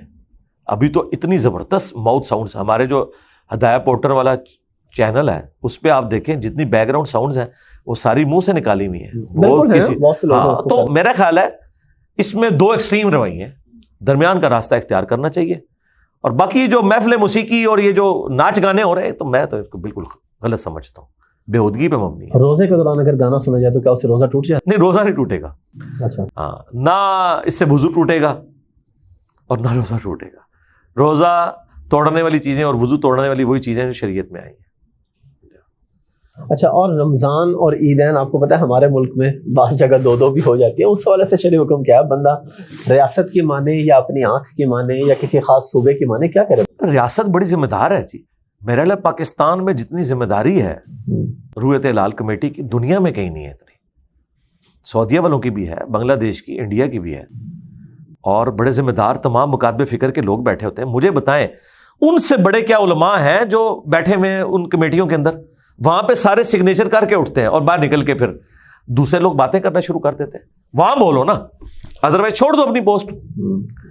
اس میں یہ ہے کہ جو حدیث شریف میں تو بخاری مسلم میں ہے کہ آپ نے رؤیت کرنی ہے, یعنی چاند کو دیکھنا ہے, صرف میتھمیٹیکل کیلکولیشن کے اوپر ٹھیک ہے. نہیں چلنا, کیونکہ بعض اوقات ایسا جس طرح 16 سے 18 گھنٹے کا چاند ہوگا تو نظر آئے گا, اس سے کم نظر نہیں آئے گا, پیدا تو ہو چکا ہے, تو جب تک نظر نہ آئے نہیں. ٹھیک ہے. اچھا, اور ہر علاقے کی رؤیت کا اپنا اعتبار ہے. سعودیہ کی رؤیت ہمارے لیے کفایت نہیں کرے گی, سیدھی سی بات ہے, ہم نے الگ دیکھنا ہے. اس کے ثبوت میں صحیح مسلم میں حدیث ہے, حضرت معاویہ رضی اللہ تعالیٰ عنہ کی دور ملوکیت کے اندر ایک شخص شام سے آیا اور ابن عباس سے ڈسکشن شروع ہوئی, تو پتہ چلا کہ ابن عباس نے اسے بتایا کہ ہم نے تو جمعے کو روزہ رکھا تھا. انہوں نے کہا ہم نے تو, انہوں نے رکھا ہفتے کو مدینہ شریف میں, انہوں نے کہا ہم نے تو جمعے کو رکھا تھا کیونکہ ہم نے تو چاند ایک دن پہلے دیکھ لیا تھا, تو اب ہم کیا کریں؟ تو ابن عباس نے کہا کہ آپ کا چاند جو ہے ادھر والوں کے لیے کفایت کرے گا, ہمیں نبی الاسلام نے اپنے علاقے کی رؤیت کا حکم دیا تھا.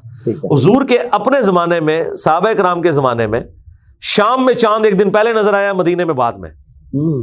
ٹھیک ہے, تو جو لوگ کہتے ہیں سعودیہ کے ساتھ عید کریں, تو سعودیہ سے پہلے تو شام میں نظر آتا ہے, تو شام کے ساتھ کیوں نہ کریں؟ نہیں کریں گے. اس حدیث کے اوپر امام مسلم نے ان کے ابواب تو بعد میں امام نبوی نے باندھے, امام ترمذی نے یہ حدیث لی ہے, امام ابن عبد البر نے لی ہے, اور باقاعدہ اوپر ہیڈنگ باندھی ہے کہ اندلس کی جو رؤیت ہے خراسان کو کفایت نہیں کرے گی. یعنی یہاں پوری اسلامک اسٹیٹ تھی نا, اسپین سے لے کے یورپ سے لے کے یہاں خراسان, یعنی یہ پاکستان, بنگلہ دیش, انڈیا, افغانستان یہ علاقے, پوری حکومت ایک ہے لیکن رؤیت کفایت نہیں کرے گی, ہر علاقے والا اپنی.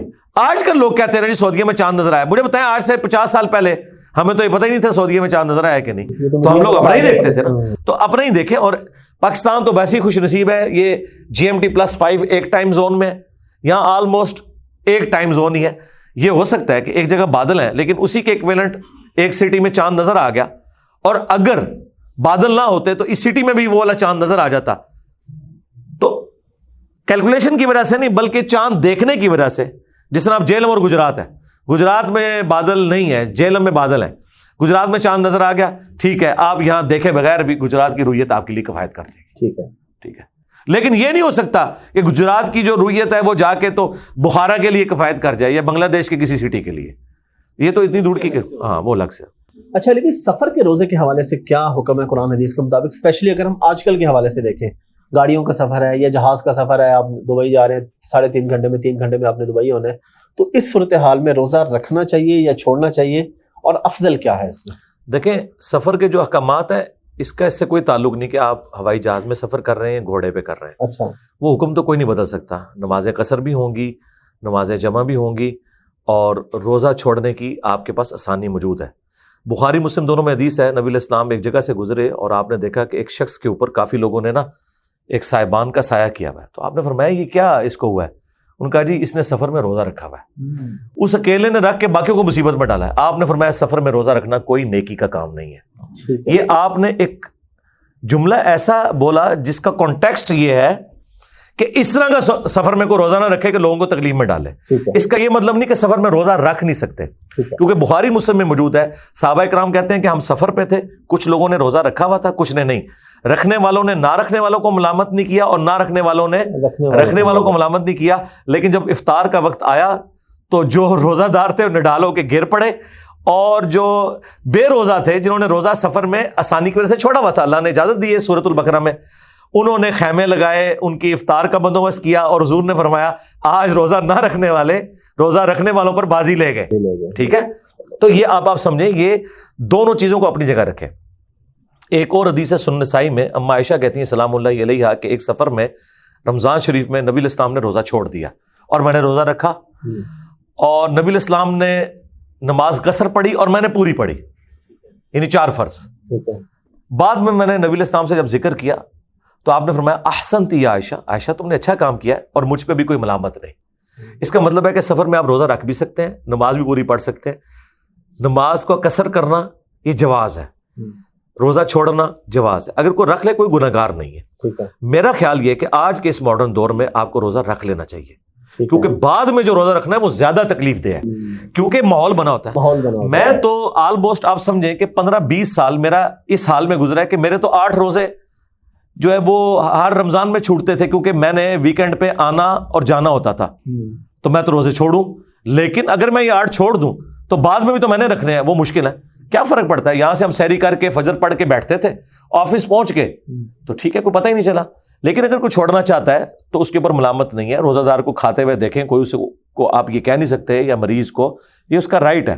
لیکن آج کل سفر میں اگر آپ روزہ رکھ سکتے ہیں تو ضرور رکھیں, کیونکہ بعد میں بھی آپ نہیں رکھنا ہے. ہاں, لیکن اگر آپ چھوڑنا چاہتے ہیں یہ آپ کا رائٹ ہے.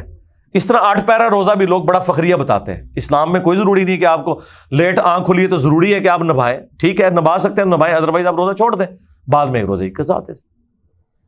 اچھا, یہ آنکھ کھلنے سے ایک سوال آ گیا میرے ذہن میں کہ اگر میاں بیوی کا تعلق قائم ہوا ہے یا احتلام ہو گیا ہے, غسل واجب ہے, لیکن سحری کے بالکل قریب آپ کی آنکھ کھلی ہے, تو پھر اس میں کیا ہوگا؟ میں کیا آپ غسل کریں یا سحری کریں؟ غسل نہیں آپ نے کرنا. بخاری مسلم دونوں میں حدیث ہے. عائشہ کہتی ہیں کہ نبی علیہ السلام احتلام کی وجہ سے نہیں, کسی اور وجہ سے جنوبی ہوتے تھے, یعنی وہی وجہ جو آپ بتا رہے ہیں, لیکن عائشہ نے اسے کوڈ ورڈز میں بیان کیا.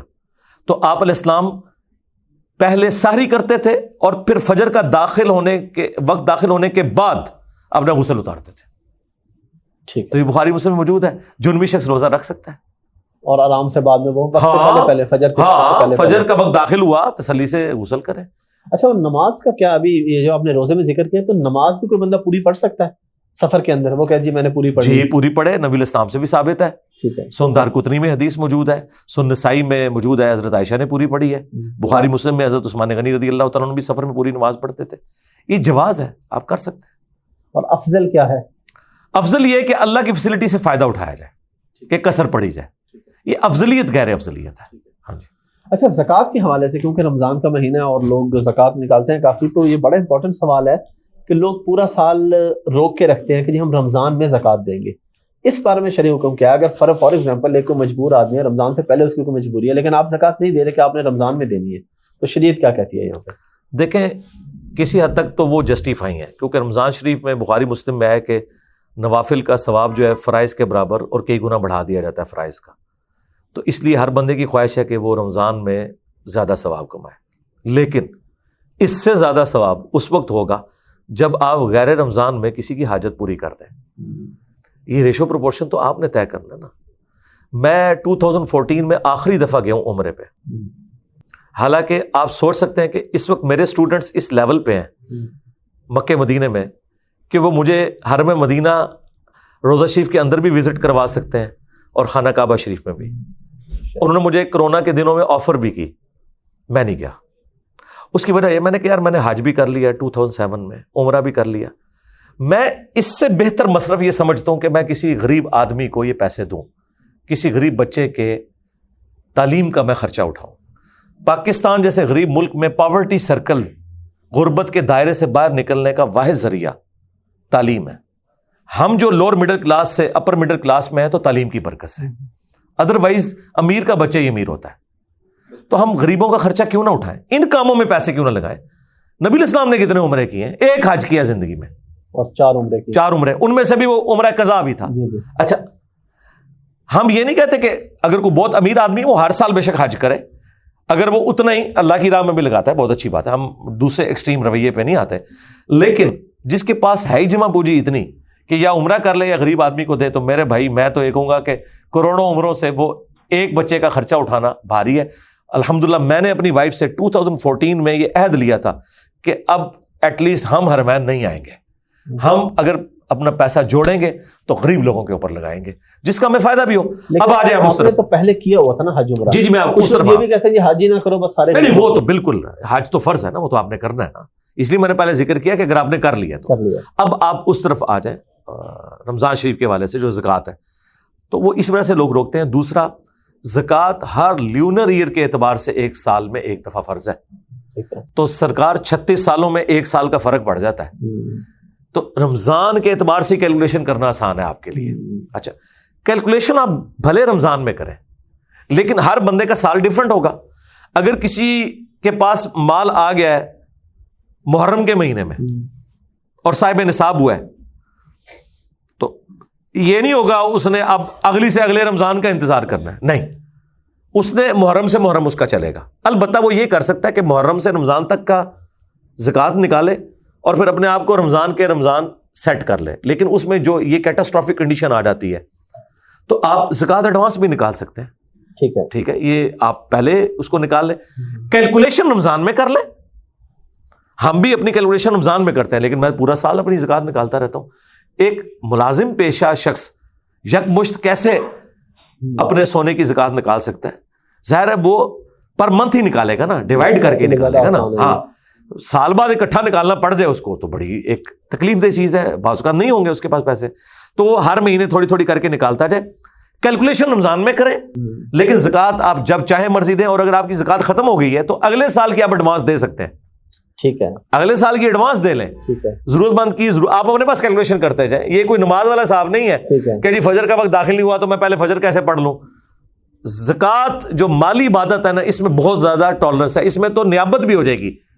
یعنی بیوی کی زکوٰۃ خاوند دے سکتا ہے, بیوی کے حصے کی نماز نہیں خاوند پڑھ سکتا, لیکن زکوٰۃ دے سکتا ہے, کیونکہ یہ مالی عبادت ہے. مالی عبادت ایک دوسرے کی طرف سے ہو سکتی ہے.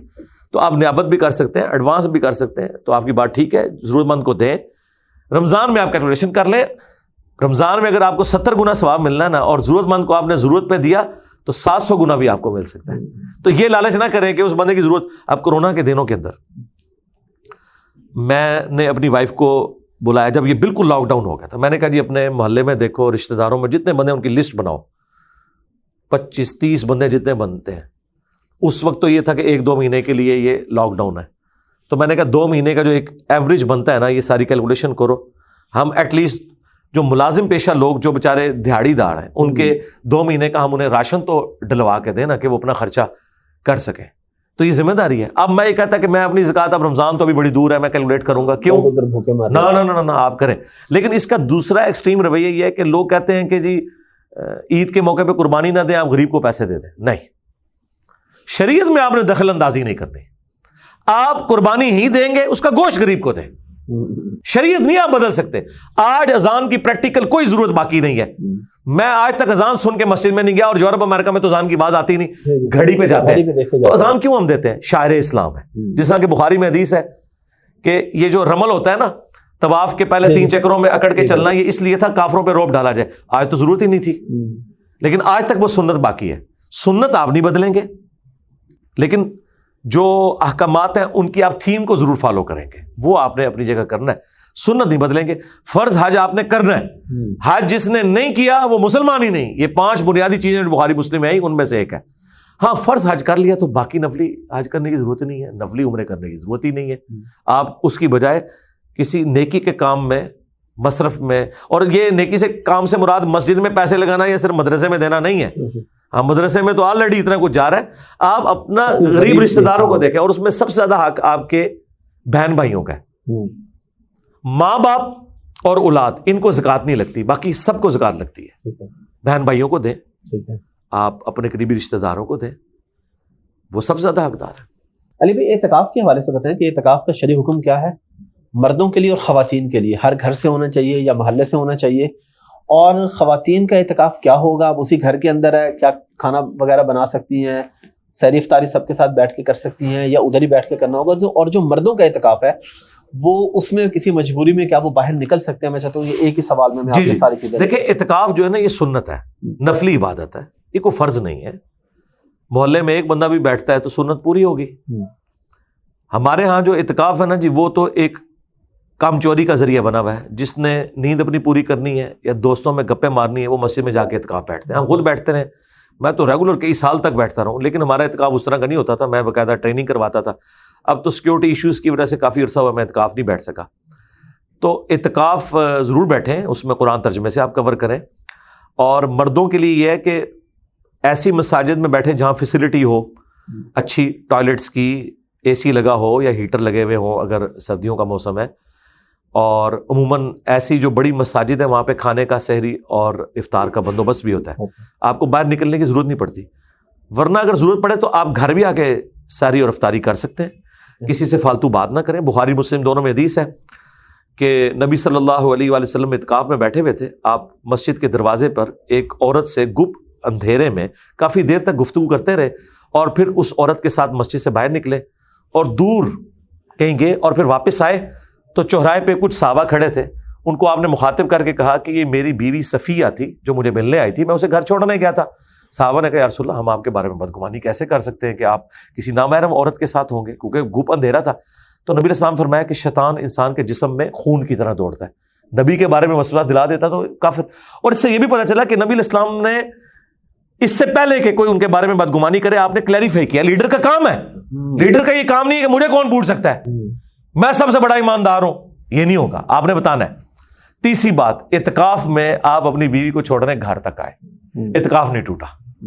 آپ گھر کھانا بھی کھا سکتے ہیں، ٹوائلٹ گھر کا یوز کرنا چاہیں تو کر سکتے ہیں. اگر جامعہ مسجد نہیں تو آپ جمعہ پڑھنے کے لیے جامعہ مسجد میں جا سکتے ہیں. یہ سارے کام آپ کر سکتے ہیں، فالتو کام کوئی نہیں کریں گے. اب آ جائیں عورتوں کا اعتکاف. عورتوں کا بھی اعتکاف پریفریبل یہ کہ مسجد میں ہو. اہل حدیث کے ہاں بڑا اہتمام ہوتا ہے، لیکن وہاں بھی دیکھ لیں سی سی ٹی وی کیمرے نہ عورتوں والی جگہ پہ لگے ہو، کیونکہ یہ کیمرہ بہت بڑا فتنہ ہے. تو آپ مسجد میں اعتکاف کروائیں. ادروائز اگر کہیں یہ اہتمام نہیں، انہیں بہت شوق ہے اعتکاف کرنے کا، تو گھر میں کر لیں ایک حجرے کے اندر. اب اعتکاف کے اندر اگر وہ بیٹھی ہیں تو اب کھانا پکانا اور صفائی یہ کام تو ان کے ذمہ نہ کریں. وہ تو اللہ کے لیے اب وہ در پہ ڈھیرے لگا کے بیٹھی ہوئی ہیں تو اب یہ تو ان کے ذمہ نہ لگائیں. ہاں اگر وہ عورت گھر میں اکیلی ہے اور وہ اپنے لیے کچھ کھا پکا لیتی ہے وہ تو الگ بات. پورے گھر کے کام تو اس نے نہیں دیکھنے، ورنہ اس کو آپ نے کیا اعتکاف بٹھایا ہے. تو بہتر یہ ہے کہ آپ کچھ کھانے بنوا کے سٹور کروا لیں، یا کوئی قریبی آپ کے رشتہ دار آپ کو کچھ عرصہ، بجائے کہ آپ اس عورت کی خدمت کریں، اسے خدمت لے رہے ہیں تو اس بیچاری نے کیا اعتکاف کرنا ہے. تو اس لیے یہ جو نا اعتکاف اس طرح کے گھروں والے اعتکاف نہ عموماً اس طرح نہیں. ہاں البتہ جو جوان بچیاں بیٹھتی ہیں ان کی مائیں ان کے سر پہ موجود ہے، یا کوئی بہو بیٹھتی ہے اس کی ساس سر پہ موجود ہے، یا ساس بیٹھتی ہے اور بہو اس کی خدمت کر سکتی ہے، پھر ٹھیک ہے. باقی گھر کے کاموں میں نہ ہو، وہ تو اپنی کمٹمنٹ کے ساتھ اپنا وقت گزارے، اور نہ آپ یہ اسمارٹ فون کے اوپر وہاں پہ آپ گیمیں کھیلتے رہیں. ہاں ویسے آپ اسمارٹ فون رکھیں، آپ ویڈیو کانفرنسنگ بھی کوئی شخص اپنی بیوی کے ساتھ کرنا چاہتا ہے کرے اعتکاف میں بیٹھ. جی جی کیوں نہیں. نبی علیہ السلام کو اگر بیویاں آ کے ملتی ہیں، ایک چیز قرآن میں منع کی گئی، ازدواجی تعلق، ورنہ امہات المومنین کے خیمے مسجد نبوی میں لگتے تھے. نبی علیہ السلام اپنی بیویوں سے ملتے تھے، ملاقات کرتے تھے، گھر چھوڑ کے آتے تھے. لیکن قرآن میں آیا کہ جب تم اعتکاف میں ہو مسجد میں تو اپنی بیویوں کے ساتھ تعلق نہیں قائم کرنا، کیونکہ وہ اعتکاف پھر آپ کا ٹوٹ جائے گا. وہ کام آپ نے نہیں کرنا. باقی آپ گھر میں رابطہ کریں، اور اپنے یعنی کوئی اور ایشوز ہیں، کوئی تعلیم کا مسئلہ ہے، لیپ ٹاپ لے جائیں، انٹرنیٹ فیسلٹی کو یوز کریں، اپنے ٹائم کو یوٹیلائز کریں بجائے اوٹ پٹانگ کاموں میں لگانے کے. میں اس کا مخالف ہوں. اور سب سے بہتر یہ کہ اعتکاف میں قرآن ترجمے سے کور کریں تاکہ آپ کو پتہ چلے کہ اللہ کی آپ سے ڈیمانڈ کیا ہے. ساس بہو کا ذکر ہوا تو ایک سوال اور بھی آ گیا. جی جی کریں، سوال آتے رہیں گے آپ کے ساتھ بیٹھے ہوئے. بہو کے اوپر کتنی ایک ذمہ داری ہے شرعی اعتبار سے؟ بہو پہ ساس کی خدمت کی اتنی ذمہ داری ہے جتنا کہ اس مرد پہ اپنی بیوی کی ماں کی ذمہ داری ہے. اچھا، تو آج تک یہ کسی نے پوچھا ہے کہ اگر دیکھنا جی شادی اس نے اس لیے کی ہے کہ وہ نوکرانی بن گئی ہے کہ ایک عورت اپنے خاوند کی ماں کی خدمت کرے تو اس کے بدلے میں وہ خاوند اپنی بیوی کی ماں کرے. اگر وہ خاوند کہتا ہے نہیں اس کی ذمہ داری ہے تو سرکار اس کی تو کوئی ذمہ داری نہیں ہے. قرآن میں تو بیوی کا نان و نفقہ مرد کے ذمہ ہے، عورت کے ذمہ تو کچھ نہیں ہے. ایون حیران کن بات بتاؤں، بیوی اپنے بچے کو دودھ پلانے کا خرچہ بھی اپنے خاوند سے ڈیمانڈ کرے گی طلاق کے بغیر ساتھ رہتے ہوئے. تو اندازہ کریں تو یہ کون سا اسلام ہے؟ اسلام میں ساس بہو کا رشتہ ایگزسٹ ہی نہیں کرتا. یہ میرا چیلنج ہے، کوئی دنیا کا عالم مجھے کسی ضعیف حدیث سے ساس بہو کا رشتہ بتائے، کوئی اس کے احکامات بتائے. اسلام میں تو فیملی میاں بیوی اور بچے ہیں، ساس بہو کا کوئی لینا دینا نہیں ہے اس طرح کے انٹریکشن کا. اس زمانے میں جب شادی ہوتی تھی فیملی الگ ہوتی تھی، ضروریات کم تھی نا، خیمہ الگ لگ گیا. اچھا آج کل ہماری مجبوری ہے combined system, combined family system میں پھر کچھ دو کچھ لوگوں کا. یہ نہیں ہے کہ ساس اپنی بیٹی کے بارے میں تو یہ عقیدہ رکھے کہ اس کی ساس اس کے ساتھ کوئی فالتو کام نہ کروائے اور اپنی بہو سے وہ سارے کام لے رہی ہو. تو یہ کام تو نہیں ہونا چاہیے. کرٹسی میں کوئی کر دے تو کر دے، ادروائز ذمہ داری اس کی کوئی نہیں ہے. جی سیدھی سی بات. اور اگر کوئی بیوی یہ کہے اپنے خاوند سے کہ مجھے علیحدہ گھر چاہیے، کہنا چاہیے، علیحدہ ہی رہنا چاہیے. اچھا ہاں جو عورتیں ماں باپ ناراض ہوں. جی جی میں آپ کو بتاؤں سرکار ایسا نہیں ہے. جو اپنے خاوندوں کو لے کے الگ ہوئی ہوئی ہے نا، ان کے ساتھ تمیز کے ساتھ پیش آتی ہیں، وہ ساسیں بھی عزتیں کرتی ہیں. دیکھو کتنی آؤ بھگت کرتی ہیں. جو ساس ذلیل ہو رہی ہوتی ہے نا وہ مرتے دم تک ذلیل ہوتی ہے. یہ ہر گھر کی سٹوری ہے، آپ جا کے پوچھ لیں. جو بہو ہو رہی ہوتی ہے، جو بہو ساتھ رہتی ہے وہ پوری زندگی ذلیل ہوتی ہے، اور جو اپنے خاوند کو لے کے الگ ہو جاتی ہے نا وہ کبھی کبھار آتی ہے نا، اس کی عزت بھی ہوتی ہے. الٹا وہ جو بہو رہ رہی ہے اس کی خدمت بھی وہ اس کی بھی وہ کر رہی ہوتی ہے. تو یہ الگ ہونے میں ہی عافیت ہے. لیکن یہ یاد رکھیے گا یہ ایک پہلو ہے. الگ ہونے کا یہ مطلب نہیں ہے کہ اس مرد سے ماں باپ کی ذمہ داری اٹھ گئی ہے، نہیں، آپ کے ماں باپ کا حق توحید کے بعد 4 دفعہ قرآن میں آیا ہے، آپ کے اوپر ہے، جو بخاری مسلم میں آیا کہ تجھ پہ سب سے زیادہ حق تیری ماں کا ہے، 3 حق آپ نے بتایا ماں کے، 4تھی دفعہ فرمایا تیرے باپ کا۔ ماں باپ مجھ پہ حق رکھتے ہیں کہ میں ان کی دیکھ بھال کروں، اور دیکھ بھال کیا ہے؟ دیکھ بھال یہ نہیں ہے کہ میں نے جا کے ان سے اپنی بیوی کی غیبتیں سننی ہیں، یہ چغلیاں سننی ہیں، حق یہ ہے کہ میں نے ان کے پاس بیٹھ کے دل جوئی کرنی ہے، بیمار ہو جائیں ڈاکٹر کے پاس لے کے جانا ہے، ان کے کھانے پینے کا اہتمام کرنا ہے، بس یہ، اس سے زیادہ کیا کر سکتا ہوں؟ اس سے زیادہ کوئی کر نہیں سکتا۔ اور آج کل تو اللہ کا شکر ہے، یوٹیوب حافظہ اللہ کی برکت سے ماں باپ کے گلے شکوے ختم ہو گئے۔ پہلے دادی دادا کے پاس اگر پوتے پوتیاں نہیں آتی تھی نا تو وہ گلا کرتے تھے، اب وہ آگے بیٹھے نا تو وہ کوئی ڈرامے میں کس دیکھ رہی تھے، ٹھیک ہے بیٹا آگے مجھے پتا چل گیا۔ میں کہتا ہوں جی انٹرنیٹ نے نا گھروں کے جھگڑے ختم کر دیے ہیں، بوڑھوں کو عمر نو بھی مل جائے نا تو ان کے پاس ٹائم پاس کرنے کا بڑا اچھا ذریعہ موجود ہے، اب وہ گھٹ گھٹ کے نہیں مرتے۔ اب اینڈرائڈ فون، ہاں یہ بہت بڑی نعمت ہے، یہ اتنا بڑا ایسٹ ہے، پازیٹیولی یوز کریں اور یقین کریں یہ نیکی کا بھی کام ہے۔ آپ یوٹیوب پہ اگر نیشنل جغرافک ڈسکوری چینل کے اوپر اللہ کی قدرت کے مناظر دیکھ رہے ہیں، آپ خدا کے زیادہ قریب ہیں بنسبت اس امام مسجد کے جو تنخواہ لے کے نماز پڑھا رہا ہے، ٹھیک ہے؟ آپ گھر میں بیٹھے اللہ کو یاد کر رہے ہیں، اپنے آپ کو مصروف رکھیں۔ کے لیے جائز نہیں ہے تنخواہ لینا؟ نماز پڑھانے کی تو نہیں لے گا، ہاں اپنا اگر وہ قرآن پڑھانے کی ٹیوشن کی کوئی لے سکتا ہے تو لے، نماز پڑھانے کی تنخواہ تو سب کے نزدیک غلط ہے، یہ اب بھی انہوں نے کوئی حلال قرار دی ہے، ورنہ سنن نسائی میں حدیث ہے، امام حاکم نے اس کے نقل کیا المستدل الحاکم میں، اور امام مسلم کی شرط پہ اس حدیث کو صحیح کہا کہ اس شخص کو اپنا موزن مقرر نہ کرو جو اجرت لے۔ اگر اذان بغیر اجرت کے نہیں ہے، اذان اگر اجرت کے ساتھ اگر آپ کریں گے تو وہ ہوگی ہی نہیں، تو نماز کہاں سے ہوگی؟ کیونکہ نماز تو فرض تھی، مجھے بتائیں وہ جو امام مسجد ہے اس کی اپنی نماز پڑھنا اس میں فرض تھا کہ نہیں؟ فرض تھا، تو جماعت کرانے کے کون سے پیسے لے رہا ہے؟ اور اگر یہ آپ بات کریں گے یہ پاسبل نہیں ہے تو جائیں سرکاری آفیسز کے اندر، یونیورسٹیز کالجز میں کوئی امام مسجد نہیں ہوتے، اسٹوڈنٹ خود جماعت کراتے ہیں، یونیورسٹیز میں کون جماعت کراتا ہے؟ پریئر ہالز کے اندر اسٹوڈنٹ ہی کرا رہے ہوتے ہیں۔ ابھی بھی ٹھیک ہے کوئی ایک نمازی آگے ہو جائے کرائے، لیکن جو باقاعدہ مسجدیں ہیں اور سرکاری امام ہیں یا پرائیویٹ اداروں میں ہیں، ہاں اس میں یہ کہ پھر ان اماموں کو آپ نماز پڑھانے کی تنخواہ نہیں دے رہے، کسٹوڈین کے طور پہ دے رہے ہیں کہ مسجد کی دیکھ بھال کریں، صفائی کریں، ٹھیک ہے، اور وہاں پہ بچوں کو قرآن پڑھائیں، اس کی وہ تنخواہ لے لیں، نماز کی وہ نیت نہیں کریں گے، نماز کی کریں گے تو تنخواہ حرام ہو جائے گی، ٹھیک ہے۔ اور تراویح کے لیے پیسے لینا، تراویح کے لیے پیسے ڈیمانڈ کرنا تو حرام ہے، البتہ اینڈ پہ اگر کوئی امام مسجد کی خدمت کرتا ہے تو گفٹ تو ٹھیک ہے، اس میں تو کوئی مسئلہ نہیں، آپ کر سکتے، لیکن ویسے نہیں آپ اسے پیسے کیسے آپ کر سکتے؟ نماز پڑھا رہے ہیں نا، ہاں قرآن کی ٹیوشن اگر کوئی پڑھائے نا ایز اے نالج، وہ تو بخاری مسلم میں حدیث ہے کہ سب سے بہترین چیز جس سے تم کمائی کرتے ہو وہ اللہ کی کتاب ہے۔ وہ اس کانٹیکسٹ میں تھی کہ وہ ایک قبیلے کے بندے کو سانپ نے ڈس لیا تھا، دوسرے صحابی نے سورہ فاتحہ پڑھ کے دم کیا تھا اور پورا بکریوں کا ریوڑ لیا تھا، نبی الاسلام نے اس میں سے خود نوش فرمایا تاکہ اسٹیبلش ہو جائے کہ یہ حلال ہے، تو اس پہ آپ نے فرمایا تھا کہ قرآن کی اجرت اگر کوئی لیتا ہے تو یہ سب سے بہترین کمائی ہے، لیکن یہ والی اجرت دم والی قرآن کی ٹیوشن، لیکن ٹیوشن میں یاد رکھیں ابو داؤد میں حدیث ہے کہ جس نے قرآن کی ٹیوشن اس طریقے سے پڑھائی ہے کہ کسی غریب آدمی کے اوپر ظلم کیا ہے تو آگ کی کمان وہ لے کے جا رہا ہے، کیونکہ وہ ایک صحابی نے ایک غریب بندے سے جو ہے نا وہ ڈیمانڈ کر لی تھی، تو آپ فرمایا یہ آگ کی کمان ہے جو تم نے لی ہے، ویسے ٹیوشن پڑھائے تو بہت اچھی بات ہے۔ اچھا، اور جو ابھی ہم نے آپ سے سوال پوچھا تھا کہ اگر کوئی بیوی کہتی ہے الگ اور ماں باپ کہیں ہم اجازت نہیں دیتے تو وہ نافرمان ہو جائے گا؟ ماں باپ کیوں اجازت دیں گے؟ ماں باپ کب سے شریعت ساز ہو گئے؟ آپ نے کلمہ اس کا پڑھا ہے جس کی قبر مدینے میں ماں باپ کا کلمہ پڑھا ہے، ٹھیک ہے، ان کو بتائیں پھر ساس بھی کبھی بہو تھی، اسے کہیں کہ اماں مجھے ذرا قرآن پہ حلف دے کہ تیری بھی یہ خواہش نہیں تھی، تو آج وہی خواہشات جو ہے تو دوسروں کو بھی رائٹ دو نا، ٹھیک ہے۔ تو ماں باپ یہ کیسے کہہ سکتے ہیں بیٹے کو کہ تو اپنی بیوی لے کے الگ نہ ہو؟ یہ تو نہیں، یہ وہ کہہ سکتے ہیں کہ تو ہمارے حقوق پورے کر، ٹھیک ہے، وہ تو پورے کرے گا، میں نے بتایا وہ تو اس نے ضرور پورے کرنے ہیں، الگ گھر تو اس کی یعنی اس کا رائٹ ہے، کیوں نہ کرے۔ علی بھائی بہت شکریہ آپ کے ٹائم کا۔ لاسٹ پہ رمضان کے حوالے سے کوئی بھی میسج دینا چاہیں اور پھر اس کو کلوز کرتے ہیں انشاءاللہ۔ اس رمضان کو ہم آپ سے ریکویسٹ یہ کریں گے کہ آپ کے آباء و اجداد میں سے بھی شاید ہی کسی نے زندگی میں قرآن ترجمے سے پڑھا ہو، تو اس رمضان میں اگر آپ اعتکاف کا ارادہ رکھتے ہیں یا نہیں رکھتے، دونوں صورتوں میں بجائے یہ کہنے کہ میں نے اتنے قرآن ختم کیے، آپ فخر سے یہ کہیں ایٹ دا اینڈ آف رمضان کہ میں الحمدللہ اپنے خاندان میں اور اپنی نسلوں میں پہلا بندہ ہوں جس نے پورا قرآن ترجمے کے ساتھ پڑھا ہے، اور یقیناً ایسے ہی ہوگا کیونکہ قرآن کا پہلا ترجمہ 1920 میں ہوا ہے، پریکٹیکلی تو اب لوگوں کے ہاتھ میں آیا، کسی نے نہیں ترجمے سے قرآن پڑھا ہوا تھا۔